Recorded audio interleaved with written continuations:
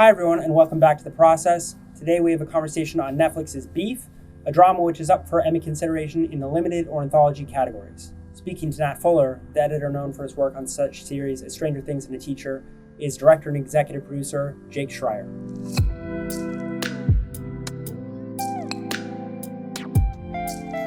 All right. Hi, everybody. Welcome to The Process. My name is Jake Schreier. I was a director and executive producer on Netflix's Beef. And I'm really happy to be here today with one of our wonderful editors, Nat Fuller. And I guess I'm going to interview you, Nat. That's how this is going to work. I'm in charge. I'm nervous.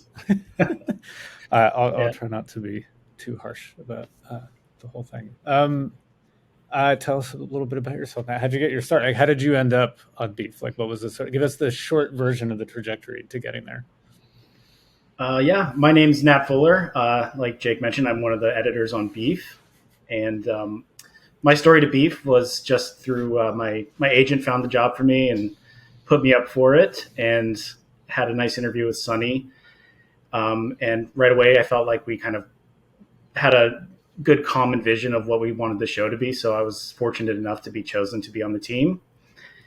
And that the rest is history, as I said. Yeah. But I mean, like your editing history, like getting here, like what you worked up on, like how you made it to like what made you want to be an editor, how'd this all happen, Okay. I know you have an agent, Nat. I know you're a big deal. I get it. Come on. So we go back. I got started in editing through, it was kind of a strange turn of events. I was actually a biology major in college, but I did a short film that just kind of was so fun to do and fun to make that I was decided like, I'm going to do this. I'm going to go for it. And at that point, I kind of decided that editing was going to be my focus because I just enjoyed the process so much. I enjoyed the technology, being able to craft the performances, even though it was just a bunch of college students messing around. It was just inspirational. And I knew right away, it was just like something clicked. I'm like, that's it. That's what I'm going to do. And so from there, I put my head down and worked in San Francisco for a while in post-production facilities up there in the advertising world. And once it was time to move to LA, I took the leap down there and have been really fortunate to work on some really great projects that led me to Beef. Awesome. And so like talking to Sunny for that first time and when you read the scripts, like what, obviously, I mean, I know how I felt about Beef and those scripts, and I've known Sunny for a long time, but like what sort of, not knowing him, like what sort of jumped out to you? Like what really grabbed you about the project? First and foremost, it was just the character work. I've been really interested in like nice character studies. And the first thing I noticed was that these characters had so many flaws that were interesting. And I thought that the way that Sunny wrote the characters where you're rooting for them, but they're also kind of despicable at the same time was just a really interesting and engaging topic. And when I read it on the page, I'm like, this would be so great to edit, especially knowing that Steven and Allie were the two actors. When I was reading it, I could just see the performances and I could see the level of depth that was there. So it was really exciting when I read the scripts because the script was so well written that it was just like, you could see it when you're reading it. And it was just really exciting to dive into those characters.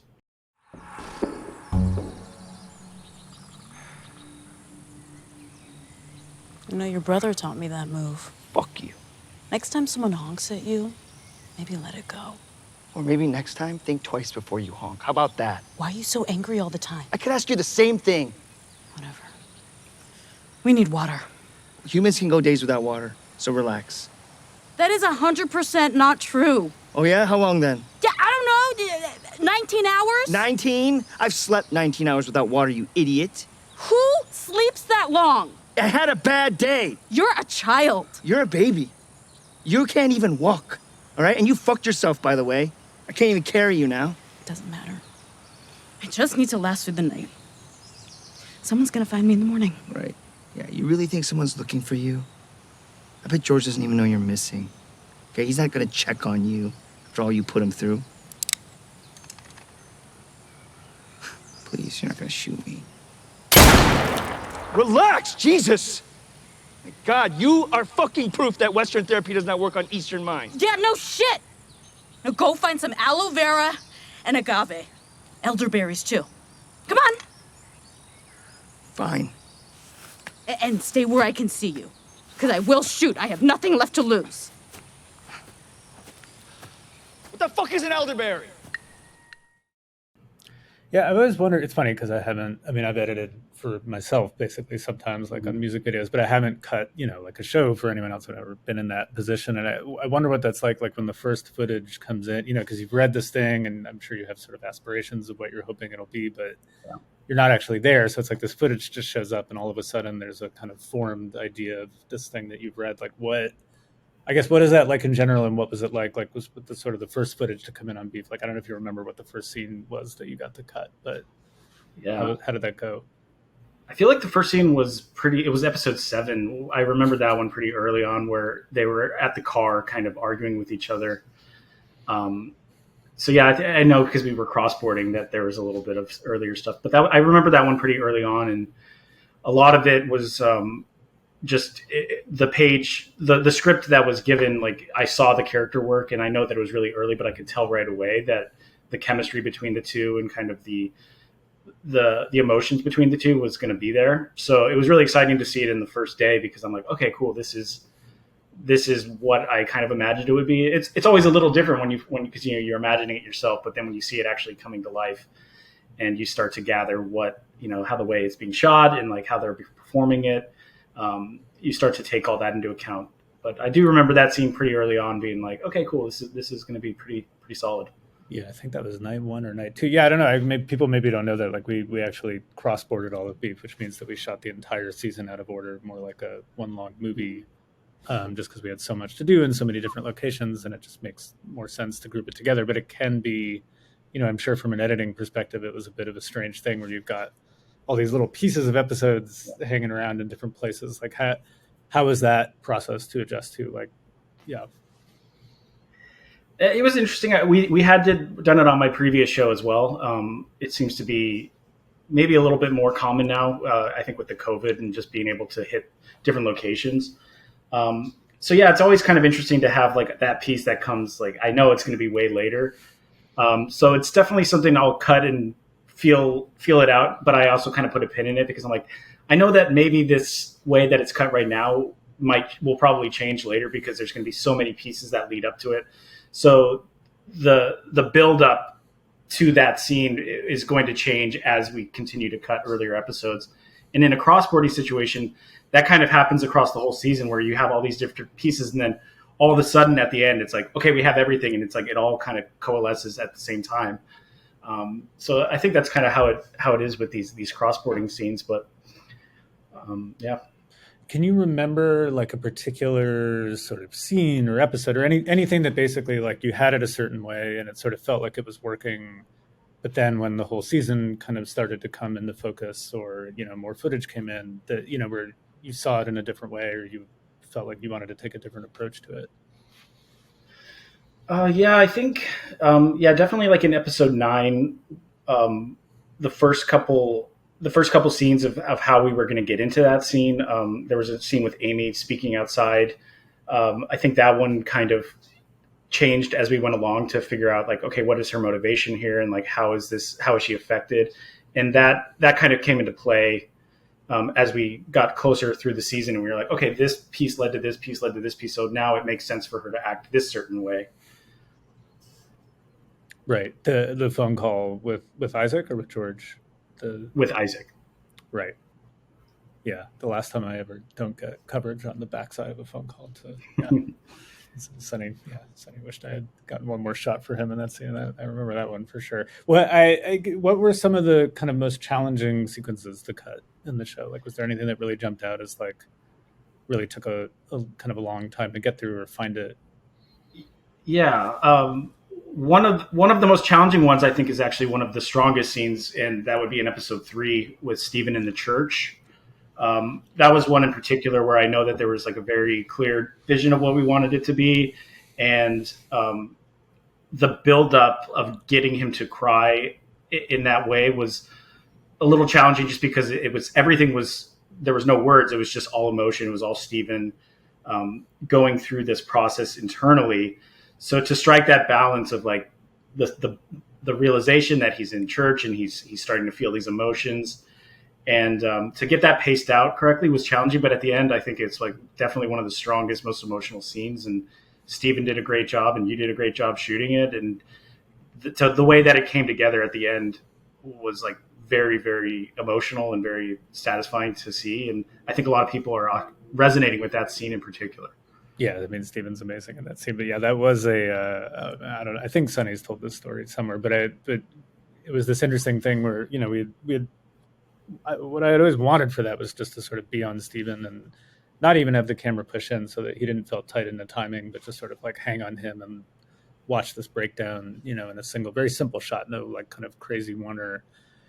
But then we turned the camera on and it just sort of didn't happen, you know, and Steven had felt like the church was such a magical experience and he was excited about doing it. But there was a thing where there's that song, you know, that he's listening to, and something about like not having people sing along at first and having it be this kind of newer version of the song when really it's the original Elevation Worship version of the song is, you know, always part of what would make him cry, and having other people singing. And so we ended up kind of taking a break, coming back to the moment, and then he was beautiful in the moment, except we were using the Elevation Worship version, which is at a slightly different tempo and I think key than the one that you know, Jason Min and his wonderful band did.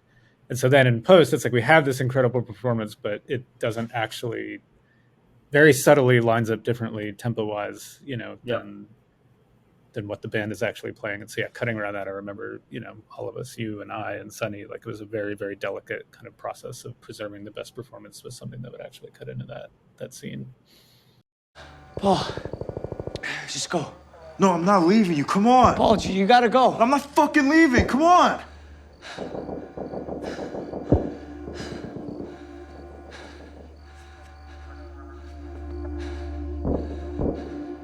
I burned down the house. What? Mom and Dad's. I put in the wrong wires. Yo, what are you talking about? Just come on. No, I'm serious. All right? It's all my fault. Okay, it's my fault too. Like, can you fucking jump, man? No. I gotta go. Okay, I've been holding you down your whole life. I can't. We can't. Danny, come on. Yo, I threw away your college applications. What? At the motel, I saw them in the lobby and I threw them in the trash. I'm sorry.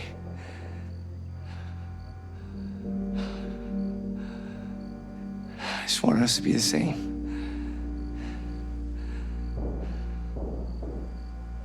You gotta go. You gotta get away from me, man. You gotta get away from me.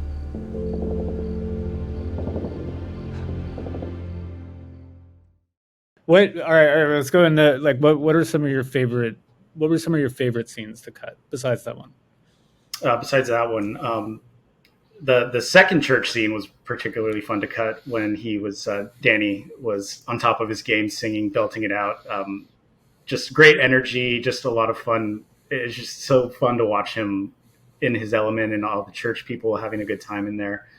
And then another one that's I really, really enjoyed doing and was episode 9, Danny and Paul on the wall, when Danny confesses to his egregious sin of throwing away his younger brother's future. Just the performances there and the stage that was set with all the chaos of 9, and to take a breather and just have this like extraordinary moment between these two brothers. Like it was just so powerful and it was just so well done. And so cutting that scene, I was tearing up when I was cutting it. So I'm like, man, this is a really powerful moment. And there's so much expression with Paul. Young did such a great job, just like his disappointment. And then Danny's just desperate plea, like, you have to leave me, man. Like, you have to get away from me. That getaway just from pulled me, at the heartstrings really, so well. Yeah, Steven's so good. The two of them in that scene, yeah, they really killed it. Yeah, I mean, if you had to pick, a favorite episode, like, which one would you go to? Do you think? Tough call. It's not a tough call, Nat. I already know your answer. Go ahead. Oh, I love them all. I do love them all. Yes, seven was really a strong episode, but I would have to tip my hat to 9 just because of that scene in particular, and then the great, the slow motion chase scene with York playing, which it's just such an interesting mashup of this high octane chase with this Bjork song. I love episode 7 too, everyone. It's just in the entire post process, all Nat would talk about is how excited he was to finally get around to 9. It was fun, and we have there's death, there's action, there's humor, there's some a lot chairs. of you want to slam some? the chair scene. Yeah, that was exciting. I remember we passed that off to you guys on set, and you said that people were getting excited about that. That's always fun. Yeah, no, that was great of you. I mean, we shot that chair scene, and then I had Nat kind of cut that together super quickly that night and send it back to set the next day. And like Andrew Santino was like, "Oh, I really got her! I did it!" Because we got so excited about the edit. Everyone was like, "Oh, it's already done. Good." So yeah, that was the rest of 9 didn't cut quite as quickly as that, but yeah, the chair sequence came together quick. What is there anything like sort of from Beef that you feel like you would that's new that you would take going forward from an editing process perspective? Yeah, I think in particular just the expertise that you and Sunny have as like a film language perspective was just really it was very.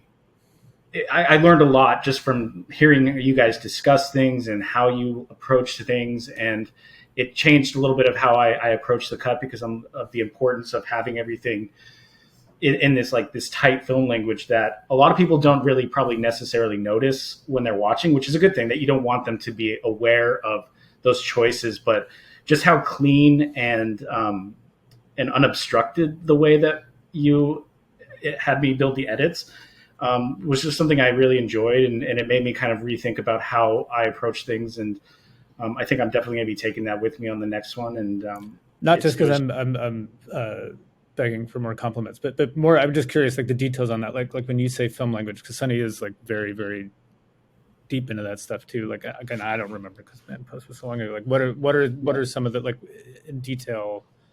What were some of those things? I mean, even as far as like just really paying attention to how the eye lines are matching up and some of the basic stuff, the film language there. Sometimes as an editor, you're like, oh, I want performance, which we always do. But I also like paying attention to the way that like it's narratively or structurally being built.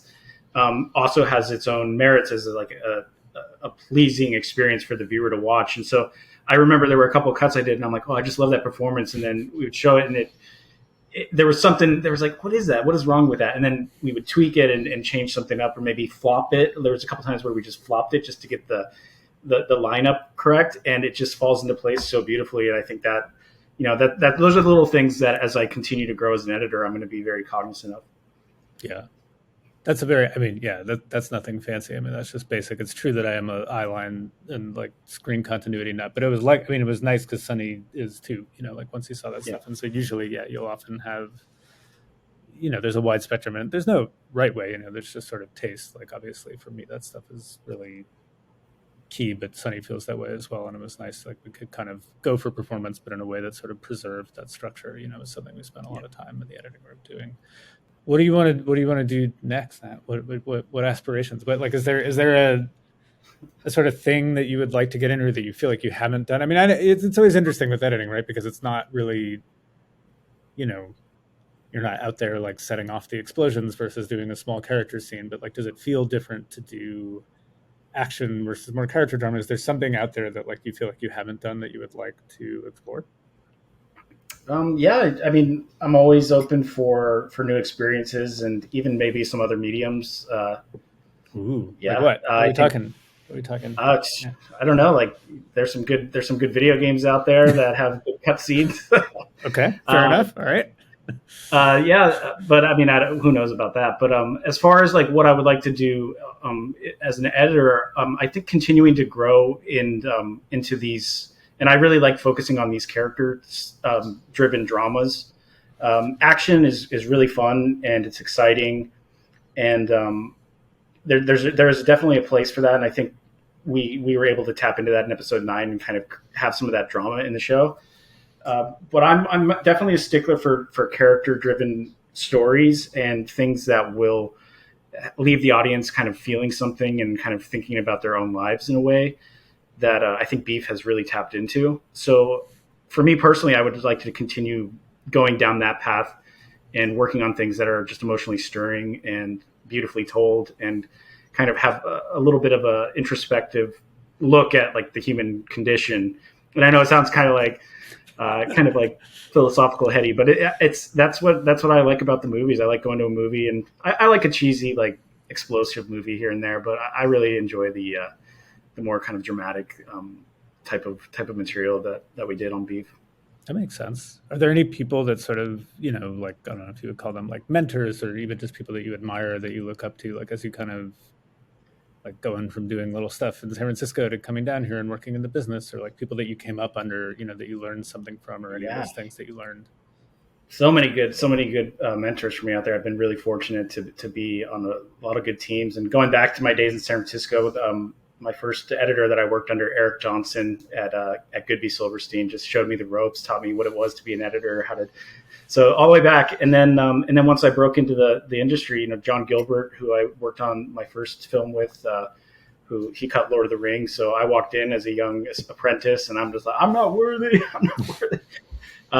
He was incredible to me and really taught me a lot. And Chris Levinson, who's another legend in the game, just had such a great time working with him on Maleficent. And then Kevin Tent, who he and I worked on Peanut Butter Falcon together, has just been a constant mentor for me. And we talk, and he's always giving me good advice and giving me really good pep talks. So those are a few that really stand out as really supportive and people that kind of have the mentorship, and that I find is such a beautiful thing in editing. Like I like to mentor. Like I love having assistant editors that I can teach and train and kind of like go through the process with.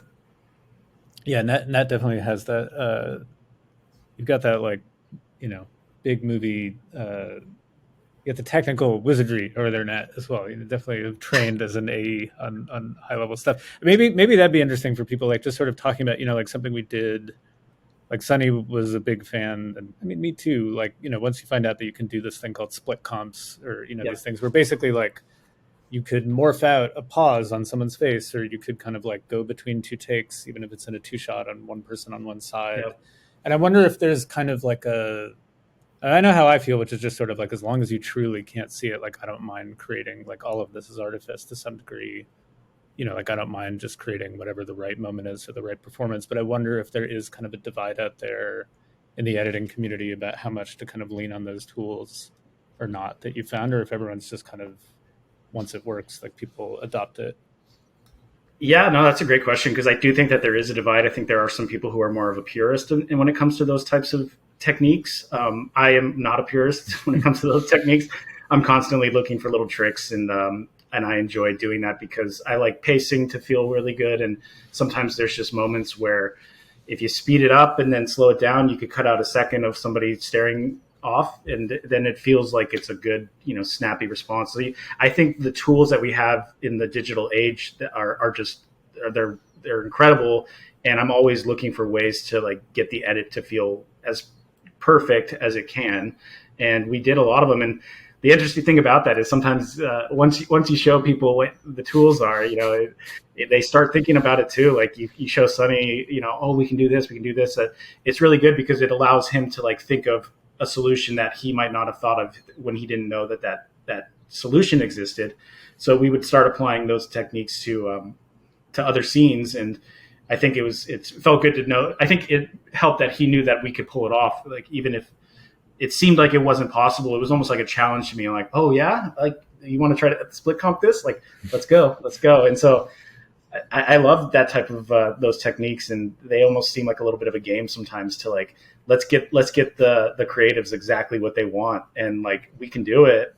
Just give me a couple minutes to split this out, and I'll speed up this side and I'll blur this side and I'll match this. And then it's cool because you show it to them and they're like, I can't believe you just did that. I'm like, I can't believe I did that either. But it worked. Sonny got very excited about those tools once he found out about that. He was all in on that stuff. To be given love You'll be taken care of. You'll be given love.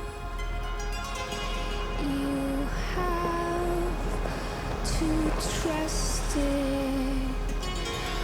Maybe not from these sources. You have poured yours. Maybe 911, what's your emergency? Yes, I'm following one of the men who robbed Jordana Forster. He's getting away. Where are you located? I don't know. I'm in the middle of nowhere. And what kind of vehicle is the suspect He's driving? driving a... You broke up. Miss? Hello? Miss? Hello? it's all around you. It's full of love. You just ain't receiving enough. Your phone is off the hook. Your doors are shut, and I'm bleeding and laying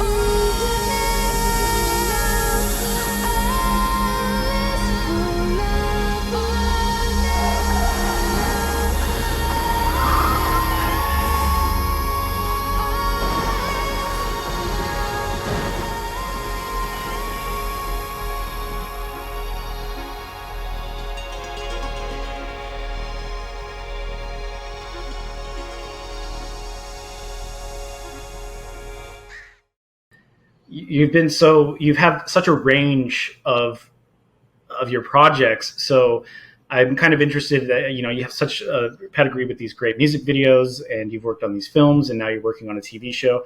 Are there any differences that you find in your approach when it comes to the different, the lengths of these shows, or is there some kind of common ground that you like to apply when you approach a new project? I mean, I think, I've had a weird career. I started in commercials like you did as well, and did music videos, and I was in a band for a while, and movies and yes, TV. I mean, I think, the filmmaking language stuff, I mean, it's different depending on the medium, but at the same time, the things that you're going after, like in a music video or in a film piece, like there are differences and there's some similarities in terms of like what I'm trying to do with the camera, which is always thinking about like how to sort of reveal visual information and what perspective you want to offer that and really feel like you watch something as opposed to it's just telling you that something happened. But I think certainly in TV, and I mean, the biggest difference is that you're a director and like the title is the same, but the truth is, there's a showrunner and it's their show. In the end, you have to kind of pick a person whose show it is. And I think what was so rewarding about Beef is Sonny and I have been friends for, like I said, maybe 5 or 6 years now. Mm-hmm. And I came on really, partly I was just so excited for him to have this opportunity. And I did think the scripts were brilliant and I just wanted to help.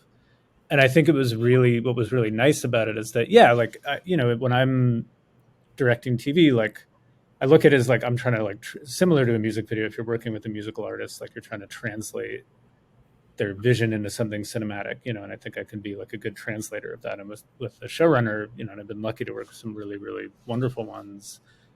I look at it that way. It's like I'm not trying to just do my thing. I'm trying to offer up different ways to help them tell their story and understand what kind of story they're trying to tell and then translate that into a visual language. I think what was so rewarding about Beef is that, it is very much Sonny's show and it is very much, I'm just so proud of him for a piece of work that's this personal to connect with so many people. At the same time, like I probably feel about as proud of Beef as I do of almost anything else I've made. And it's not, quote unquote mine, right? Like it's Sonny's show. And in the end, those are his decisions, his final decisions, but that we were able to kind of through post, I assumed the post was going to end our friendship. I assumed at some point he'd be like, all right, get out of here. Let me do my edits. It's usually how it goes in TV, but that he was strong enough to kind of let people stick around and offer their opinion. And, ideally from my perspective, it's not about protecting my edit as much as if there are things he wants to shift, can I offer, like, because I know some detail of what's there, some way of doing that, that might make it even better.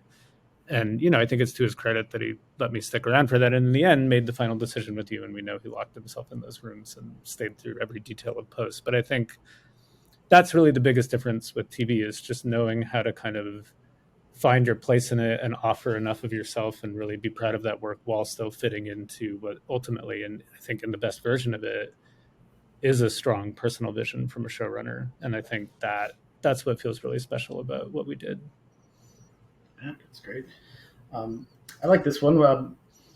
So what do you see as a successful collaborative relationship between a director and their editor? It's a very unique kind of working relationship. So, and I know you've done your own editing, and so I think that was really great for me, just because I knew you had that background. So I think the lingo between us was easier. But what would you say is like a good collaborative relationship between a director and an editor? Yeah, I think, it's tricky with the way that I shoot, right? Because I do, I know that there's other methods of like, and maybe some editors like to work where it's like you get the footage and they kind of want to do their own pass without knowing much about it first, to just respond to the footage. And the way that I shoot maybe doesn't like fit as well with that, because there is such a plan going in of like, this is the shot we're supposed to start on, and this is where it goes up to, and then it goes to this and goes to that. And so there is this very kind of strong perspective on the sequence of things, but then of course sometimes you're wrong, and also it's not all dictated. And so how to kind of find someone that can tap into that plan, but then also come back like you did with really strong ideas of how to improve it and shift it, like finding that balance, I think, is the most important thing, because sometimes people respond, it's like I'll come in and I'm like, all right, well, this is the order it's meant to go in. And some people are like, all right, well, he knows what he wants. Like, and they just shut down, and they're not bringing of themselves. So that's on me to encourage that. But that's also like on finding great collaborators. And I think all the editors on this show were so good about that and did bring so much and push this stuff forward so much and push me and push Sunny. And I think that's what you really want, I think, in a collaborative relationship, is like you want that added perspective, and also just, someone that you want to, the nice thing about editing is that it doesn't cost, hundreds of thousands of dollars a day. So you're not under this incredible, pressure. So you get to sit in these rooms, and also just who do you want to talk to for 2 months or 3 months or 4 months, just about the story that you're trying to tell and what you're trying to shape. And I think in the end, that more than the skill of it is really like what leads to the best relationship. Yeah.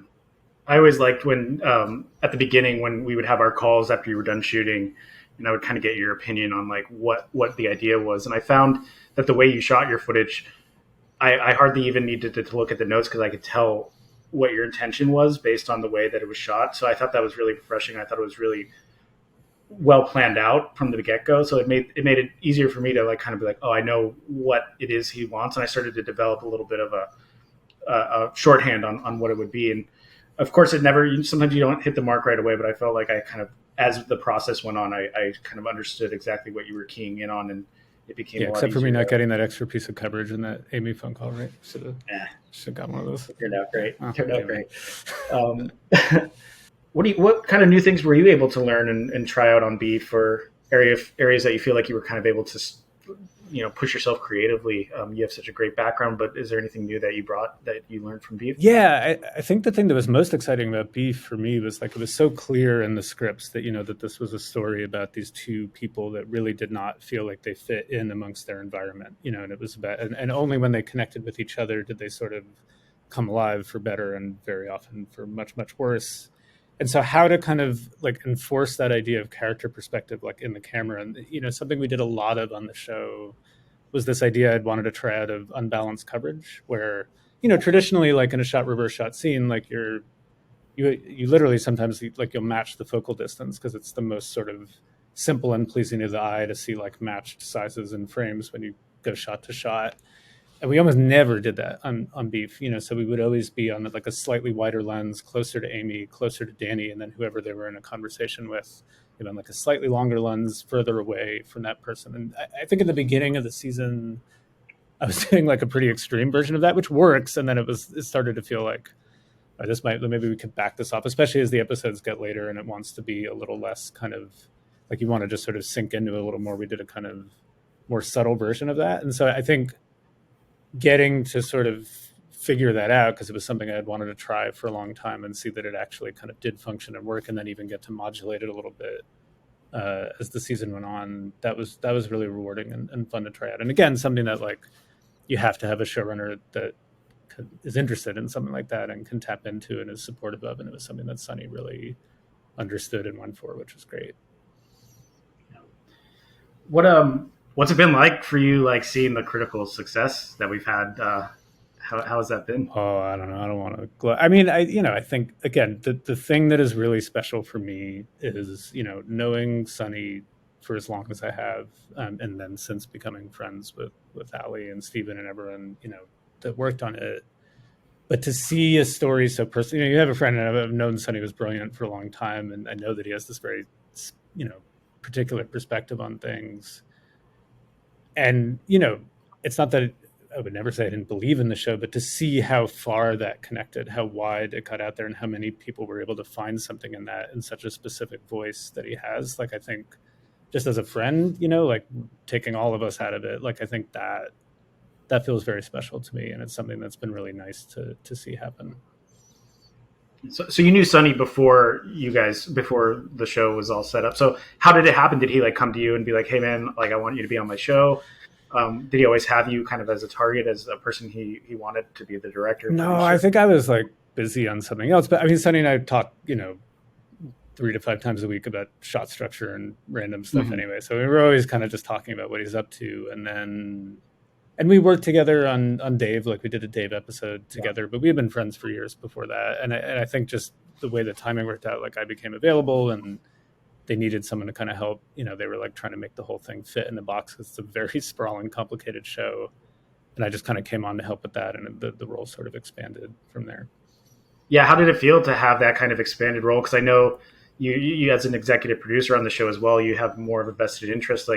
So, how did it feel to have executive producer, as in Sonny's good friend, trying to help Sonny. But yeah, I mean, I think it was really nice to get to be involved.